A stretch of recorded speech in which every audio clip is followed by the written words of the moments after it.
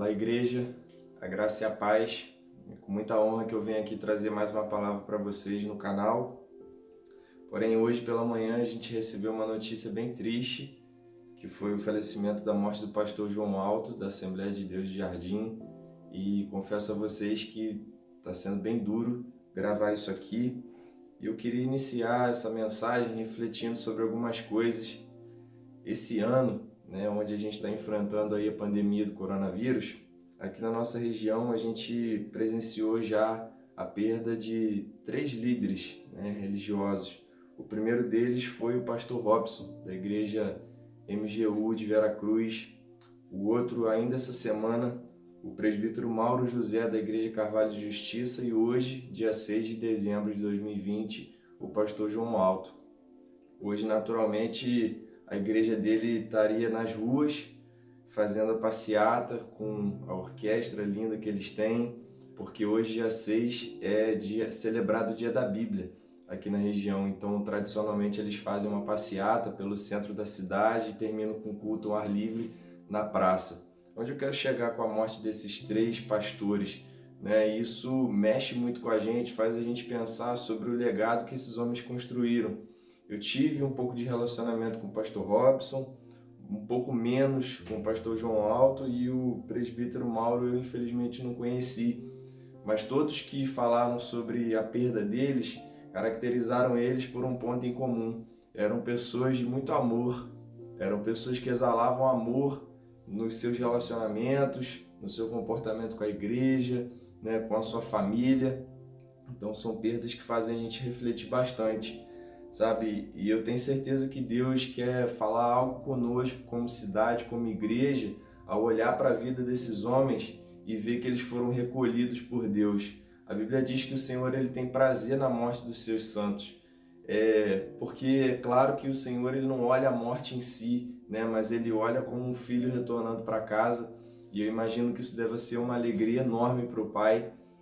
Eu queria também colocar aqui para vocês que nos últimos anos, nos últimos 5 anos, vamos dizer assim, 6, 5 anos, o mundo ele perdeu personalidades cristãs de muita referência, de muito peso, homens que deixaram uma marca profunda na história por causa da vida que eles viveram. E eles foram Russell Shedd, autor de diversos livros e editor também da Bíblia, o Myles Munroe, o Gregório McNutt, o Billy Graham e o Reinhard Bonnke. Talvez você não conheça esses nomes, mas eles representam muita coisa no contexto cristão. O Russell Shedd e o Myles Munroe, por exemplo, eles trabalhavam de forma muito engajada no ensino, O Gregório McNutt, ele era um profeta, um estrangeiro que veio morar na nossa nação, aqui no Brasil, e ele durante muito tempo profetizou avivamento, e um mover de Deus grande aqui na nossa nação. E o Billy Graham e o Reinhard Bonnke foram homens que impactaram o mundo através de missões, através do evangelismo. E eu entendo que na data da morte desses homens, no ano da morte desses homens, Deus ele também estava restaurando algumas coisas na igreja. Então, quando eu olho para os últimos 5 anos, eu vejo a morte desses homens, eu vejo o Senhor querendo restaurar no meio do seu povo, uma visão de ensino, uma visão de aprendizado, uma visão de conteúdo, de busca pelo Senhor através das Escrituras. Eu vejo o Senhor querendo chamar nossa atenção também para a nossa veia profética como igreja, para que a gente possa se conectar com o Espírito, para que a gente possa entender os sinais dos tempos, porque a igreja ela vive aqui na terra de forma natural, mas ela é convidada a viver de forma sobrenatural, porque a gente sabe que a nossa verdadeira pátria não é aqui. E eu também olho para que o Senhor ele tem a intenção de despertar a sua igreja nesses últimos dias, principalmente para as missões e para o evangelismo, porque a gente sabe que antes da volta do Senhor, a gente vai viver uma grande colheita, uma colheita de mais de 1 bilhão de almas, de salvação, de pessoas encontrando Jesus, de avivamento, e logo após isso virá apostasia, perseguição. Então, tem coisas no calendário de Deus ainda para acontecer, e a gente precisa ficar atento com relação a isso para que a gente possa cooperar. Então, eu quero que você reflita sobre a morte desses caras e veja o que Deus quer restaurar na sua vida. O ensino, a veia profética, a missão, o evangelismo, o que Deus tem falado ao seu coração nesse ano de 2020. Sabe, em 2019 e toda virada de ano, eu peço a Deus uma palavra para que eu possa compreender aquilo que Ele quer fazer no próximo ano. E no ano passado o Senhor Ele me revelou em oração que esse ano seria um ano onde eu deveria ter muita prudência, muita cautela, muita sabedoria, porque aquilo que eu ia construir nesse ano de 2020, as decisões que eu ia tomar nesse ano de 2020, eles iam determinar sobre longos períodos na minha vida, né? Então eles poderiam liberar um favor de Deus por um longo período, eles poderiam trazer consequências negativas por um longo período. Então ele me deu uma palavra, fala sobre a vida de Elias, quando ele é alimentado no deserto, em fuga, né, por medo de ser assassinado por Jezabel, e ali ele é alimentado com uma comida, pão e água, e o anjo diz para ele que aquela comida ia fazer com que ele caminhasse por 40 dias e 40 noites sem se alimentar de novo. Então eu quero também trazer essa palavra para a sua vida, para que você reflita. Talvez aquilo que Deus tem liberado sobre nós nesse ano seja uma comida, seja um mantimento, seja uma estrutura que vai fazer a gente caminhar por um longo período. Por isso é importante que você esteja construindo algo em Deus. Não foi à toa que Deus enviou todos para casa nesse ano, né? Nós ficamos um longo período em casa, alguns perderam empregos, outros perderam pessoas queridas, e com certeza o Senhor estava querendo colocar todo mundo para refletir, né? E é impossível não vir à memória o texto de Hebreus 11 que fala da galeria dos homens da fé. Eu comecei essa reflexão falando sobre a morte de homens de Deus, a morte de pessoas que foram uma referência aqui na nossa região, e a gente precisa ficar atento porque todo ser humano, né, todos nós carecemos de referências, nós carecemos de olhar para pessoas, nós carecemos de olhar para modelos e nos espelhar. É muito importante que a gente tenha modelos corretos de pessoas a quem nos espelhar. Então a gente vê que de ano em ano, as pessoas que gostam de esporte, elas procuram uma referência para seguir dentro do futebol, dentro do basquete, dentro da natação, do vôlei. Cada um gosta de um esporte, todos nós temos referências. E assim é na nossa vida cristã também. Nosso maior referencial é Jesus e a gente sabe disso. E também é saudável que a gente tenha boas referências, né, humanas, pessoas com quem a gente pode conversar, com quem a gente pode caminhar perto, com quem a gente pode aprender com a vida no nosso dia a dia, pessoas com quem a gente pode se abrir, ser corrigido, ser exortado. Isso é muito bom, né? Jesus, sendo filho de Deus, não andou sozinho, ele escolheu 12, né, para andar perto dele, para que ele pudesse passar o bastão do ministério. Então não faz o menor sentido a gente andar sozinho. É importante que a gente caminhe ao lado de pessoas, é importante que a gente se preocupe em fazer discípulos, em transferir um legado. Talvez você olhe para a sua vida e fale assim, mas eu não tenho legado, eu não tenho um grande conhecimento para passar, eu não tenho uma grande experiência para passar. Engano seu, irmão. Todos nós temos. Deus, ele quer usar a nossa vida, Deus, ele quer usar a sua vida.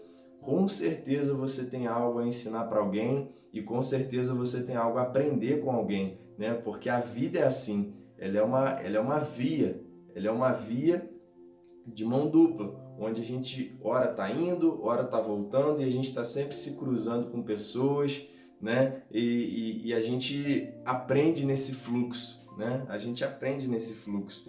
E eu queria refletir com vocês sobre o texto de Hebreus 11 que fala da fé. Hebreus 11, no versículo 1, vai falar o seguinte: a fé mostra a realidade daquilo que esperamos. Ela é a convicção das coisas que não vemos. Pela fé, pessoas em tempos passados obtiveram aprovação. A fé que a Bíblia está dizendo que a fé é a convicção das coisas que a gente não vê, mas das coisas que a gente espera. No versículo 3, diz o seguinte: pela fé entendemos que todo o universo foi formado pela palavra de Deus. Assim, aquilo que se vê originou-se daquilo que não se vê. nós que acreditamos no criacionismo, num Deus que orquestra o universo e que certa vez ele disse haja, e houve luz, e houve água, e houve terra, e todas as coisas foram criadas pelo poder da sua voz, somos impactados com esse texto quando ele diz: pela fé entendemos que o universo foi formado pela palavra de Deus, de modo que assim as coisas que a gente vê hoje foram formadas pelas coisas que a gente não vê. Irmãos, a primeira coisa que eu quero trazer para vocês é o seguinte: nós precisamos ter muito temor diante da palavra de Deus. A palavra, que é a Bíblia, e a palavra profética da parte dele liberada na nossa vida. Porque se Deus criou o universo a partir de coisas que a gente não vê, mas que são reais na visão dele, no entendimento dele, porque Deus é todo poderoso e tudo que ele fala acontece. Se Deus criou o universo pelo poder da sua palavra, quando Deus libera uma palavra na nossa vida, na verdade, essa palavra já é uma verdade.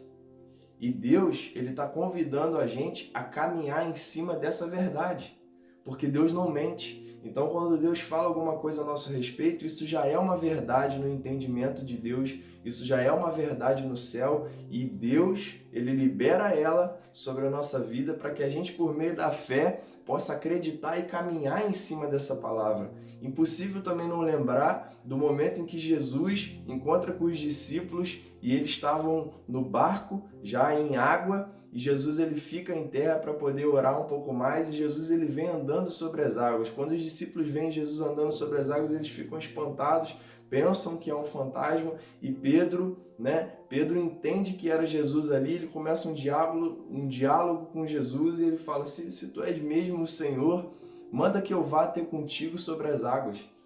E Jesus diz: vem.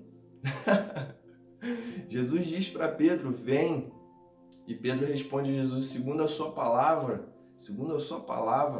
eu vou. E vocês sabem o que acontece. Pedro caminha sobre as águas. Irmãos, isso é muito poderoso. Quando a gente caminha sobre a palavra de Deus na nossa vida, coisas extraordinárias acontecem. Quando a gente caminha sobre a palavra que Deus libera sobre a nossa vida, coisas extraordinárias acontecem. E eu quero trazer essa reflexão para você, porque nós já estamos no último mês do ano e talvez você esteja aí pensando como vai ser o seu ano de 2020, 2021, revendo os seus planejamentos, revendo o seu coração, pensando em família, pensando como que você vai fazer no ano que vem.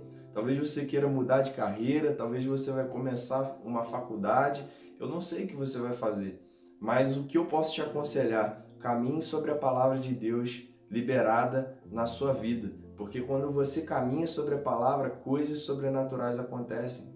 É isso que a gente precisa. Nós precisamos ter convicção de que Deus criou o universo pelo poder da sua palavra, e quando Ele fala conosco, essa palavra é poderosa.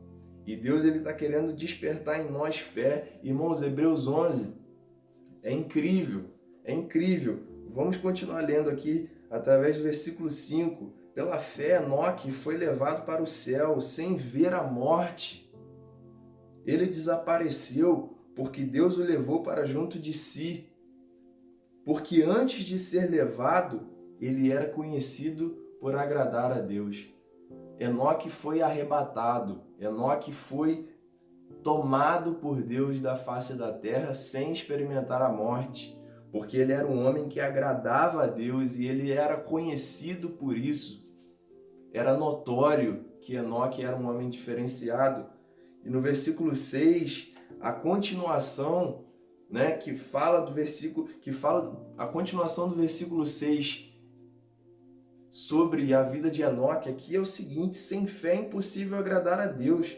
Deus deseja se aproximar. Quem deseja se aproximar de Deus deve crer que Ele existe e que recompensa aqueles que o buscam. Quem deseja se aproximar de Deus deve crer que Ele existe e que Ele é poderoso para recompensar quando você o busca. Isso parece lógico, né?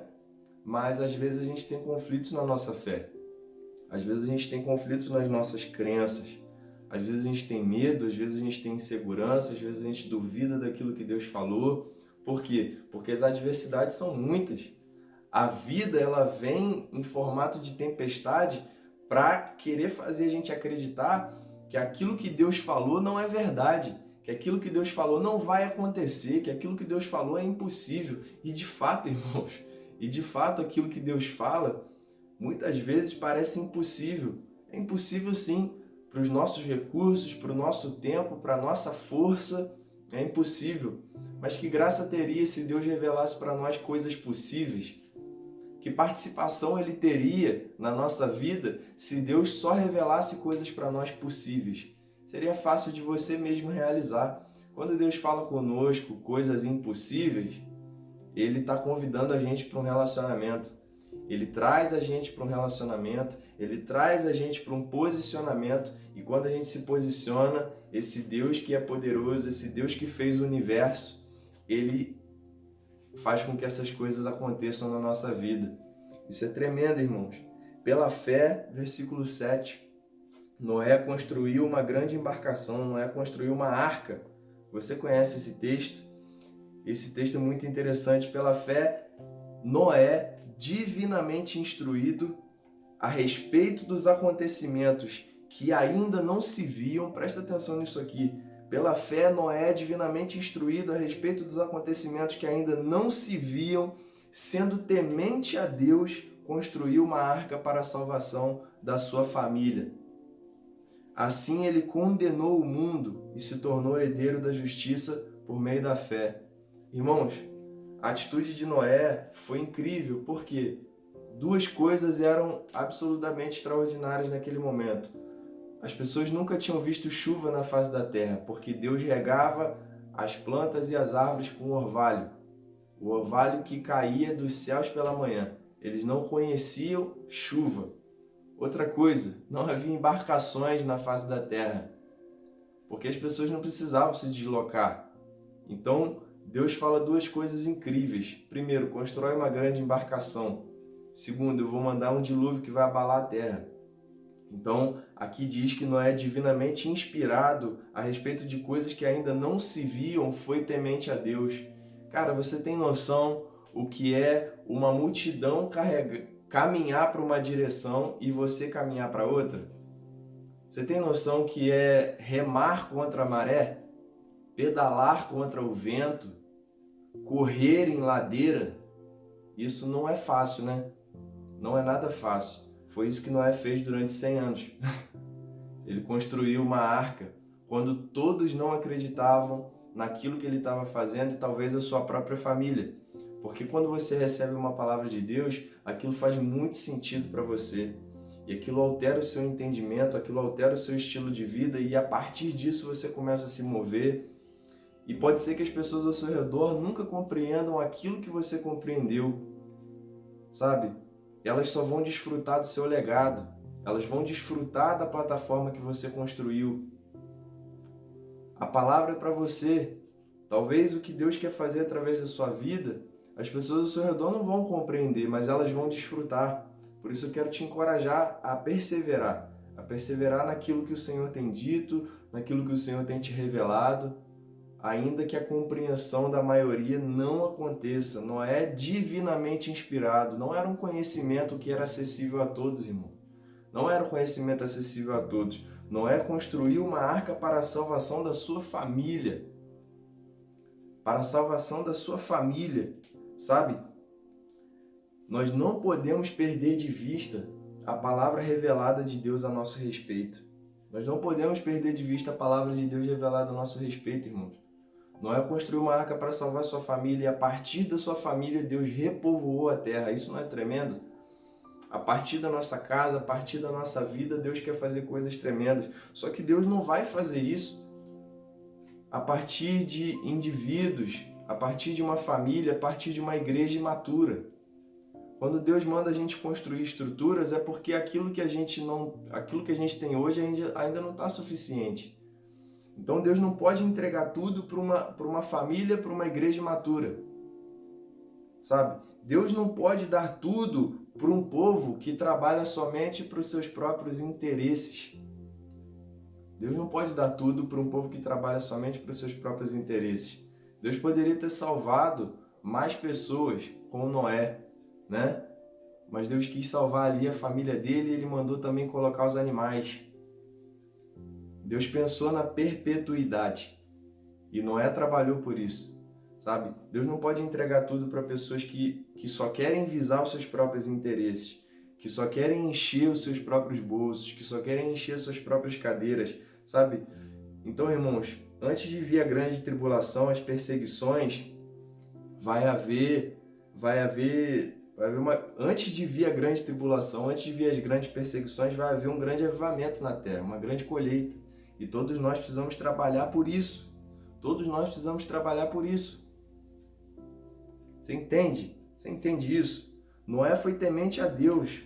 Um trabalho que não começa dentro de nós, dentro do nosso lar, dentro da nossa base, dentro do nosso secreto, dentro da nossa família, não pode ser modelo para mais ninguém.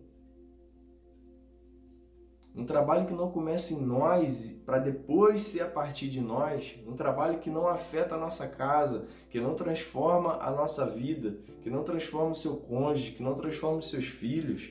Sabe, um trabalho que não começa no nosso secreto, ele não pode ser modelo para mais ninguém. Isso é muito forte.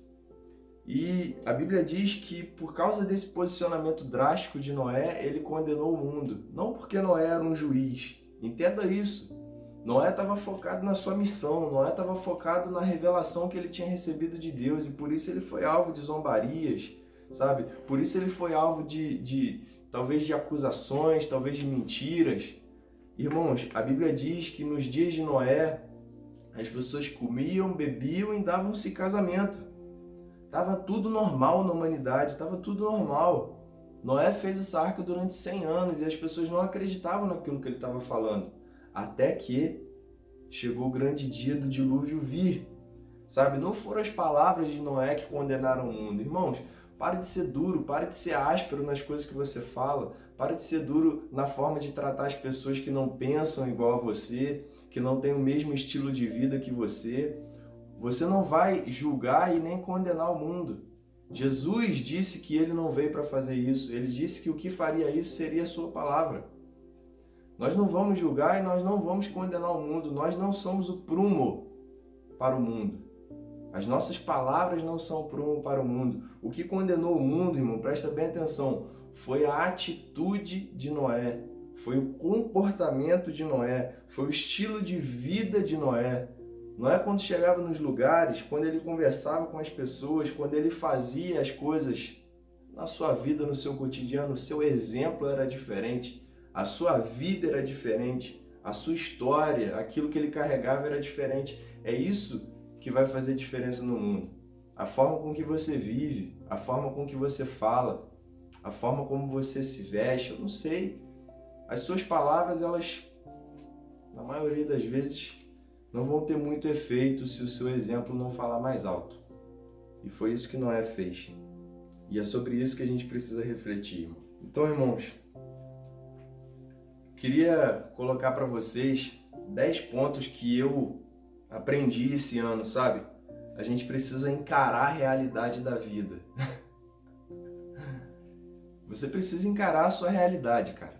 Você precisa encarar a realidade da sua vida. E se ela não for fácil,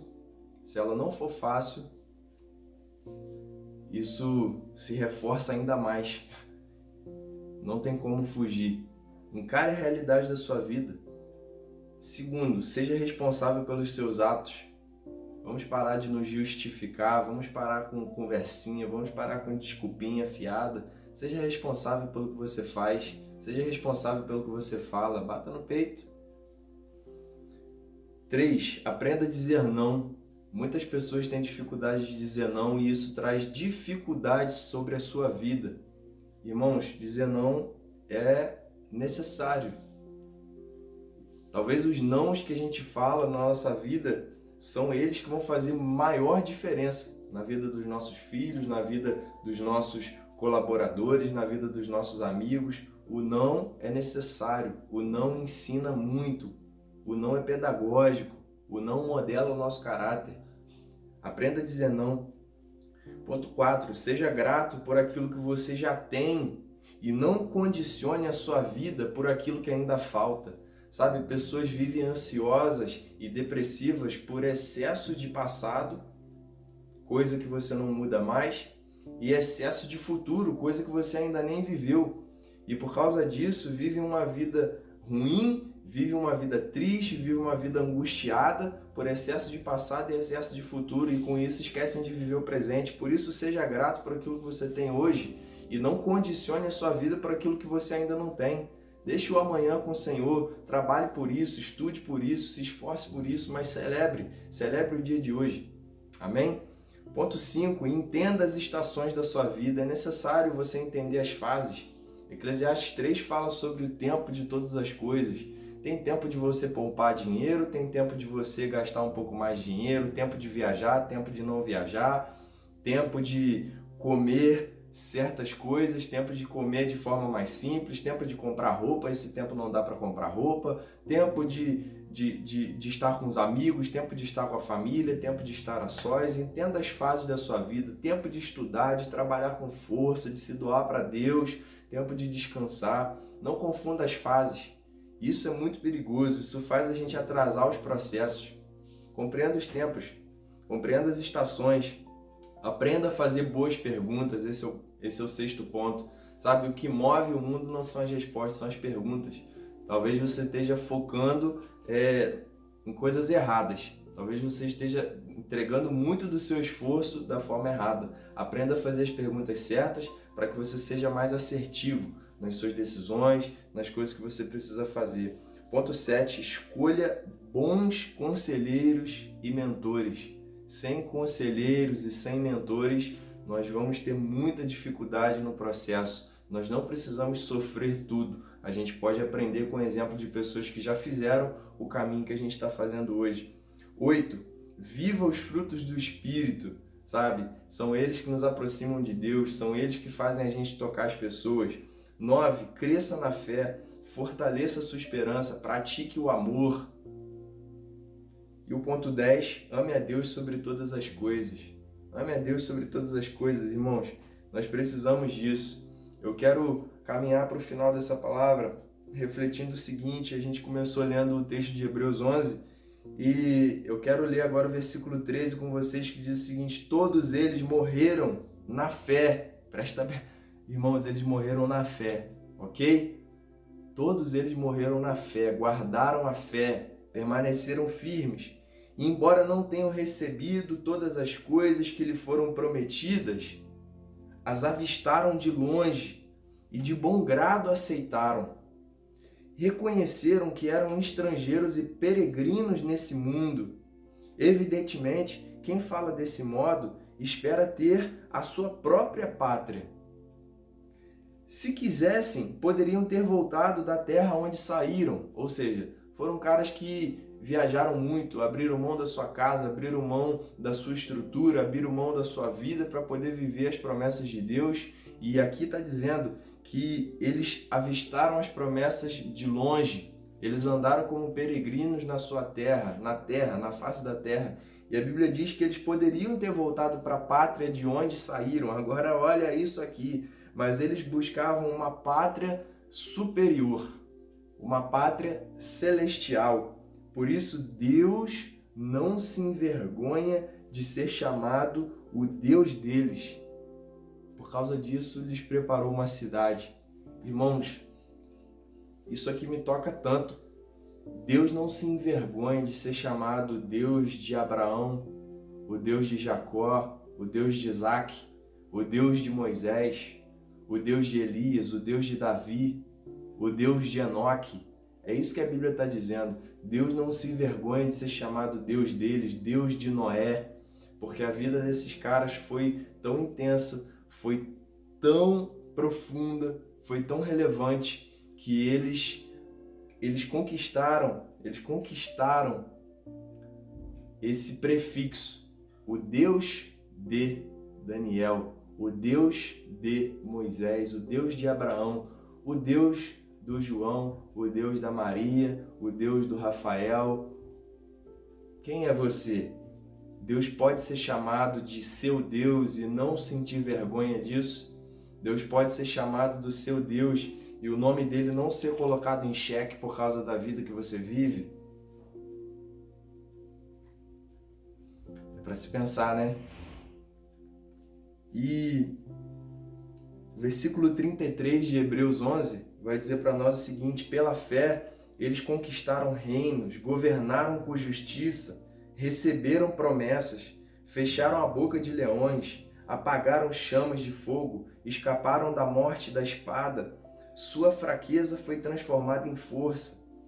Tornaram-se exércitos poderosos na batalha, fizeram exércitos inteiros fugir. Mulheres receberam de volta seus queridos que haviam morrido. Hein? Mulheres receberam de volta seus queridos que haviam morrido. Deus ressuscitou pessoas. Outros, porém, foram torturados, recusando-se ser libertos. Torturados, recusando-se ser libertos. Depositaram a sua esperança na ressurreição para uma vida melhor. Pessoas que viviam aqui na terra, mas com uma expectativa de uma vida melhor nos céus. Por isso elas consideraram as aflições dessa vida presente suportáveis, porque o lugar para onde a gente está indo não se compara. Alguns foram alvo de zombaria, de açoite, outros acorrentados em prisões, alguns morreram apedrejados, outros foram cerrados ao meio, outros ainda mortos à espada, alguns andavam vestidos de pele de ovelha, de cabra, necessitados, aflitos e maltratados. Versículo 38, esse mundo não era digno deles. Esse mundo não era digno deles. Esse mundo não era digno do pastor Robson, esse mundo não era digno do pastor João, esse mundo não era digno do Billy Graham, esse mundo não era digno do Russell Shedd, do Gregório McNutt. Pessoas que abriram mão da sua vida para poder viver a palavra que Deus liberou sobre eles de uma forma séria, de uma forma comprometida, de uma forma intensa. E por isso eles deixaram marcas, eles deixaram um legado. Vagaram por desertos, montes, esconderam-se em cavernas, em buracos. Todos eles obtiveram a aprovação por causa da sua fé. No entanto, nenhum deles recebeu tudo o que havia sido prometido por Deus. Presta atenção nisso aqui, e esse é o nosso desfecho. No entanto, nenhum deles recebeu tudo o que havia sido prometido por Deus, pois Deus tinha algo melhor preparado. Deus tinha algo melhor preparado para nós, de modo que sem nós, eles não poderiam chegar à perfeição. Eu vou até ler esse final aqui em outra versão. Versículo 39 e 40 diz o seguinte: todos esses, mesmo tendo obtido bom testemunho por meio da fé, não obtiveram a concretização da promessa, porque Deus tinha previsto algo melhor para nós, para que eles, sem nós, não fossem aperfeiçoados. Irmãos, e aqui fica uma reflexão também para vocês. Todos nós recebemos promessas de Deus, e essas promessas precisam fazer a gente caminhar de forma comprometida, de forma séria, de forma intensa. Isso vai modelar o nosso entendimento, isso vai modelar a nossa vida, isso vai modelar a nossa família. Esses caras caminharam de acordo com essa promessa. Porém, eles não receberam tudo o que haviam prometido. Por quê? Porque a maior expectativa deles não estava na promessa em si, mas no Deus que fez a promessa. E quando Deus que fez a promessa recolheu eles, eles estavam de boa, eles estavam bem. Porque, na verdade, o fato da gente caminhar na promessa aqui na terra é o desejo da gente ir para o céu e encontrar com o nosso Deus e falar: Senhor, eu acreditei naquilo que você falou e eu fiz tudo que eu pude para caminhar segundo a sua palavra. Talvez algumas coisas não se cumpriram, assim o Senhor quis, mas olha que incrível, eu estou aqui. O nosso maior objetivo precisa ser ir para o céu.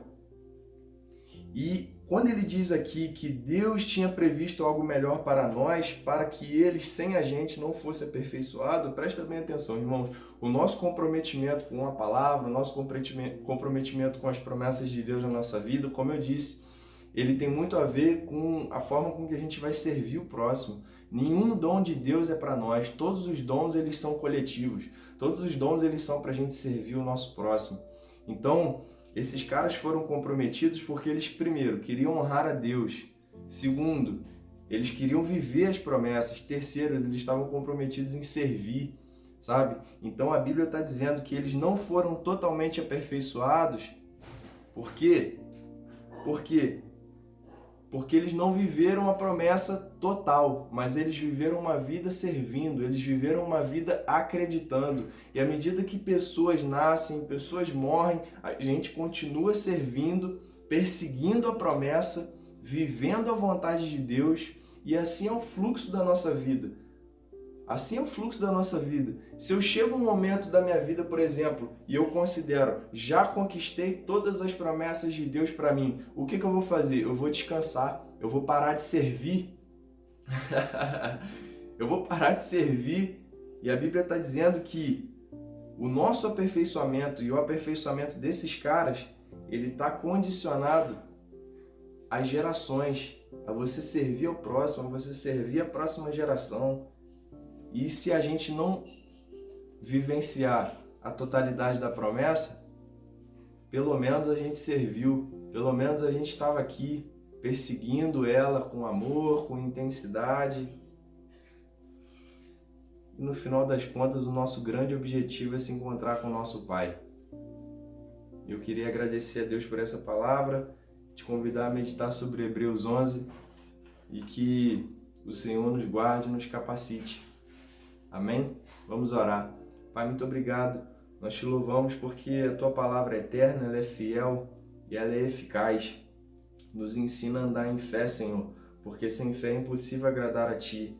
E nós queremos perseguir as Tuas promessas com intensidade, com compromisso, com amor. Nós queremos vivenciá-las na medida que o Senhor permitir. Nós queremos servir as pessoas, Pai. Nós queremos construir uma estrutura de salvação para a nossa casa e para outras pessoas também. Eu aproveito para pedir que o Senhor console a família de todos que tem sido abalada pela perda de pessoas queridas. Console a família do pastor Robson, console a família do presbítero Mauro, console a família do pastor João, as suas igrejas. Em nome de Jesus, que a nossa fé seja edificada, que a nossa fé seja ampliada através do testemunho desses homens. Em nome de Jesus. Amém.